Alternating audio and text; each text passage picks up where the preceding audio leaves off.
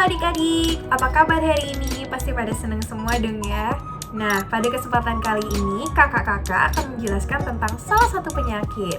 Penyakitnya adalah demam tifoid atau yang seringkali kita kenal dengan tipes atau tifus. Pasti adik-adik pada bingung nih, apa tuh kak demam tifoid atau tifus? Jadi, demam tifoid atau tifus itu merupakan penyakit yang terjadi karena ada infeksi bakteri Salmonella typhi. Nah, bakteri ini menyebar pada makanan atau minuman. Maka dari itu penting banget nih buat adik-adik untuk mementingkan kebersihan saat memilih jajanan. Jadi adik-adik tetap kuat dan sehat. Nah, kemudian pada demam tifoid atau tifus ini pula terdapat gejala awal dan gejala lanjutan. Nah, gejala awal diantara lainnya ada sakit perut, demam tinggi, sakit kepala, dan diare. Nah, apabila gejala-gejala awal tadi tidak ditangani dengan baik, maka akan besar kemungkinan terjadi gejala lanjutan. Maka dari itu, apabila adik-adik sudah merasakan gejala awal, ada baiknya langsung periksa ke dokter. Hayo, siapa di sini yang suka beli gorengan pinggir jalan? Hati-hati loh teman-teman, karena biasanya makanan yang dijual di pinggir jalan sudah terkontaminasi oleh debu dan asap kendaraan bermotor yang lewat pada jalan tersebut.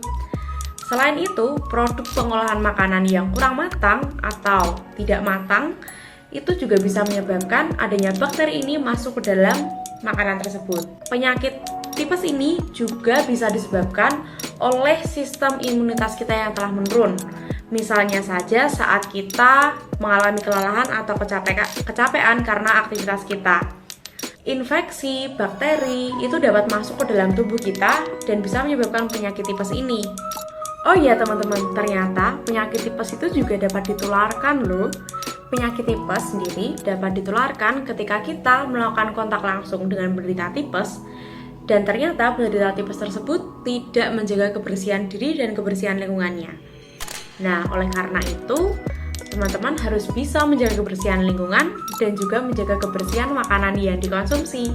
Efek-efek apa aja sih yang ditimbulkan ketika kita mengalami penyakit tipes? Di sini ada dua efek, yaitu efek fisik dan efek psikis. Kita mulai dari efek fisik terlebih dahulu. Ketika penyakit tipes ini tidak ditangani dengan baik, maka akan menimbulkan komplikasi. Komplikasi ini bisa berupa pendarahan atau terbentuknya lubang pada usus. Lebih parahnya lagi, berupa peradangan pada jantung, peradangan pada paru-paru, peradangan pada pankreas, hingga infeksi kandung kemih. Yang kedua, ada efek psikis. Ketika kita mengalami penyakit tipes, hal ini dapat menyebabkan diri kita mengalami stres. Karena ketika kita tipes, kita harus istirahat total dan kita harus berada di dalam ruangan. Nah, ketika kita tidak bisa melakukan aktivitas tersebut, maka tubuh kita tidak menghasilkan hormon serotonin dan hormon dopamin, di mana kedua hormon tersebut berfungsi untuk menghasilkan perasaan bahagia.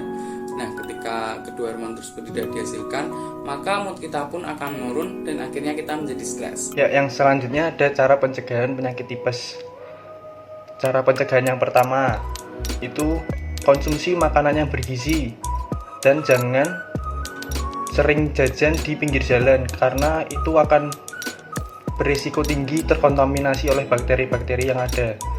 Yang kedua, bersihkan lingkungan sekitar Anda, contohnya membersihkan kamar pribadi, membersihkan rumah Anda sendiri. Yang ketiga ada mencuci tangan sebelum Anda makan, karena di tangan ini sering banyak bakteri yang bisa masuk ke mulut kita. Dan jangan lupa mencuci tangan dengan air yang mengalir. Jadi hari ini aku akan membahas bagaimana sih atau apa sih yang bisa kita lakukan untuk menangani sakit tifus. Nah, ada dua hal di sini teman-teman. Yang pertama yaitu perawatan dari rumah atau yang kedua yaitu perawatan dari rumah sakit. Nah, untuk yang pertama perawatan dari rumah, teman-teman bisa yang pertama yaitu menambah istirahat teman-teman atau bahkan istirahat total untuk kesehatan teman-teman. Dan yang kedua, teman-teman juga bisa menambah minum air putih dalam kadar yang lebih banyak lagi untuk teman-teman. Dan yang ketiga, usahakan teman-teman juga lebih sering makan. Ya, walaupun dalam porsi kecil, tapi usahakan lebih sering untuk makan. Makanan tersebut ya harus lebih bersih dan juga berprotein lebih tinggi, rendah serat, karena itu akan meningkatkan imunitas dari tubuh teman-teman sendiri. Dan apabila teman-teman merasa gejala yang teman-teman rasakan lebih parah atau bahkan memburuk, nah baru ada pilihan kedua yaitu membawa ke rumah sakit. Di situ teman-teman juga akan dirawat oleh dokter, akan lebih banyak beristirahat di rumah sakit.